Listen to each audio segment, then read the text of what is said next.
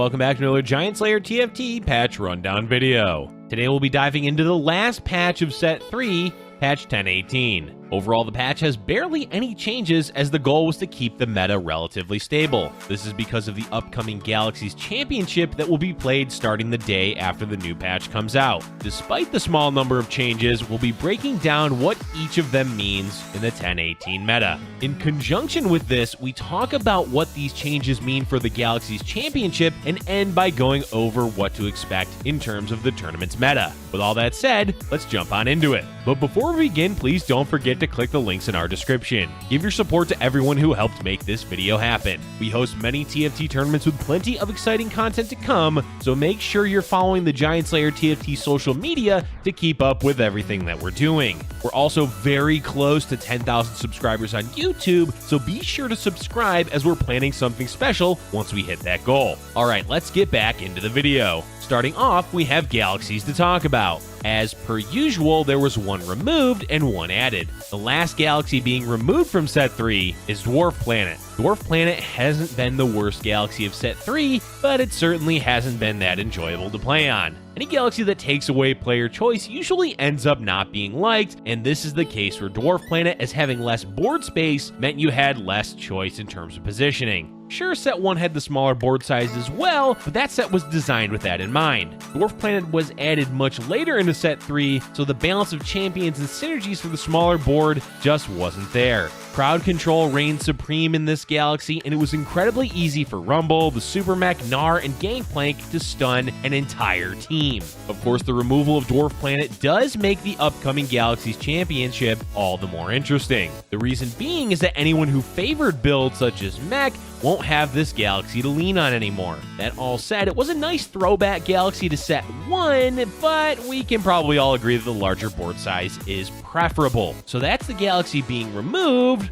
What's being added? Well, the galaxy being added is the Big Bang. This galaxy is a smorgasbord of different galaxies all combined into one. Players will receive a free reroll each round, a force of nature when stage 3 begins, and loot orbs from all minions and monsters. Basically, this is super dense treasure trove and trade sector all in one galaxy. It sounds absolutely bonkers, and most likely it will play that way. Since Set 3 is almost done with, it is a fitting way to end the run of galaxies with an Big Bang.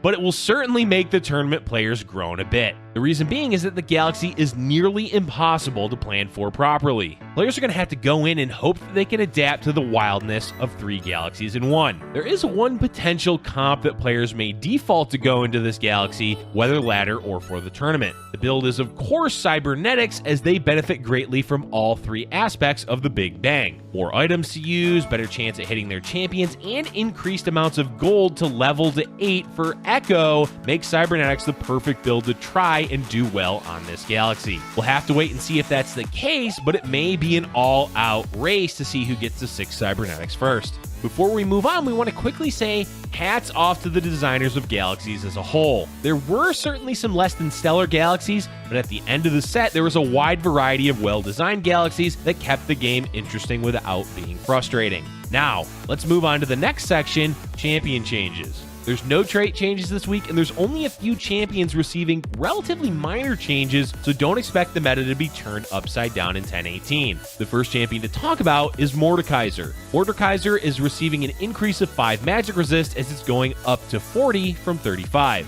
Mordekaiser has done overall quite well in Set 3, as he's either been played in Dark Stars or in Vanguard Mystic. Lately, the meta has shifted away from Vanguard Mystics being played often, but Dark Stars have had a resurgence in the meta of 1017. Increased magic resist will certainly help Mordekaiser, as the meta does favor a lot of magic damage right now. For example, one of the top builds is Star Guardian Sorcerer. With Dark Stars also being a strong composition, it will give players favoring this build a small advantage in 1018. It certainly won't be enough to cause Mordekaiser to suddenly become overpowered against magic damage, but just increases his value against any builds focused on magic damage. Let's talk about the next champion, Cassiopeia, before diving in to talk about Vanguard Mystic. Cassiopeia is having the damage of her spell increased to 750, 1600, 4000, from 700, 1500, 3500. At the lowest level, it's only an increase of 50 damage, so it's really not much to write home about, considering Cassiopeia's damage is over a set amount of time. But at level 2, it's going up by 100, which is quite a bit, but it's the level 3 spell that we want to focus on. With an increase of 500 damage at tier 3, it's going to bring back the question of whether or not players will focus on Vanguard Mystic.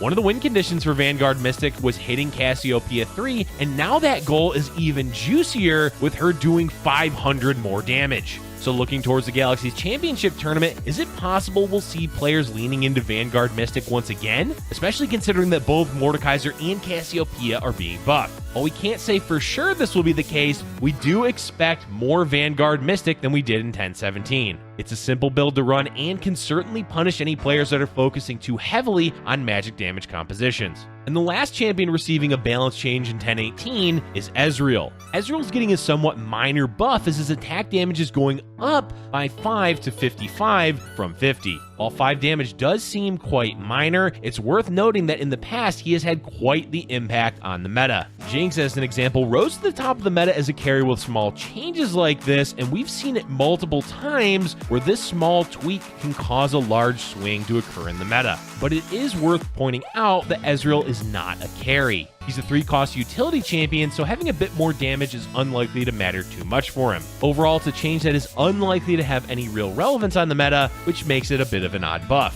The goal was to make Ezreal better than targeting his mana pool, the effect of his spell, or even tweaking one of his traits would certainly have done more than just a 5 damage boost. In any case, don't expect this buff to Ezreal to have much of an impact on the meta, as he's still going to be relegated to the sidelines as a support champion. With that, we're done with the balance changes of set 3. Of course, there's always the possibility of a hotfix, but considering the meta has been quite stable for some time now, it's unlikely that there will be any need for that. Before we end today's video, though, we have a couple of bug fixes to cover and to end with a bit of a look into the meta that we expect to see for 1018 and what that means for the Galaxies Championship. General bug fixes aren't worth covering as they often don't affect the game or meta too drastically. Of course, there are times that they do, and in the case of 1018, the 2 bug fixes have potentially interesting impacts on the meta. First up is an issue where the mech pilots would pop out early if the mech had Guardian Angel and died to an Urgot. While this may not sound like too big of a deal, consider for a moment that the mech is still a popular build within the meta. Even after the hotfix nerf in 1017 to the mech, it remained a relatively top composition. So the fact that this bug affected the mech may mean that we'll see mech do slightly better now that it's been fixed. Granted, it may be a minor issue, but the tournament players may see this change and think, hey, Guardian Angel is now something worth running on the Super Mech.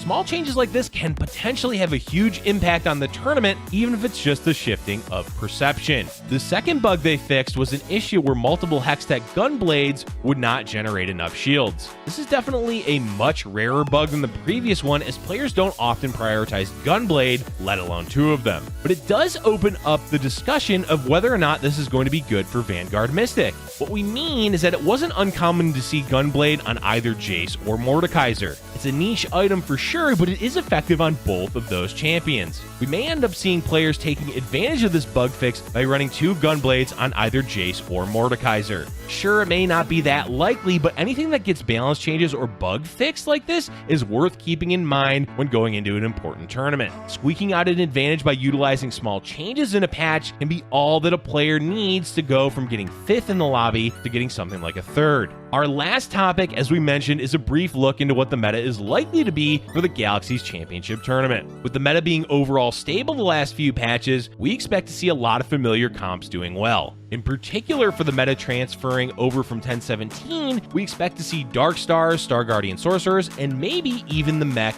be the dominant compositions. Of course, there's more than just those builds, as Rebels with Gangplank is still strong, Astro Sniper is easily one of the strongest compositions when played well, and Cybernetics is always a staple build for players to turn to. The biggest what if going into the championship will be how players handle the newest Galaxy, as well as any players adapting to the patch by playing more Vanguard Mystic. Vanguard Mystic is especially important to keep in mind due to the strength of magic-focused comps we've been seeing in 1017. Vanguard Mystic is a build that does really well into the mid-game. If it now has a better late game with Cassiopeia 3 buffs, it's not impossible for players in the tournament to take advantage of it. There's one last build to talk about, and that's Slash Bros. Master Yi carry has started to drop off a lot during 1017. It's been speculated that this build is not going to do well in the tournament. But it's worth pointing out that if the meta moves towards Vanguard Mystic, that means Slash Bros becomes much more viable. The reason being that Mystics may dissuade players from playing Star Guardian Sorcerer. That composition is one of the stronger counters to Slash Bros, so if it's played less, and a build that Slash Bros does well into is more popular, we may see it dominate the tournament once again like we've seen in the past.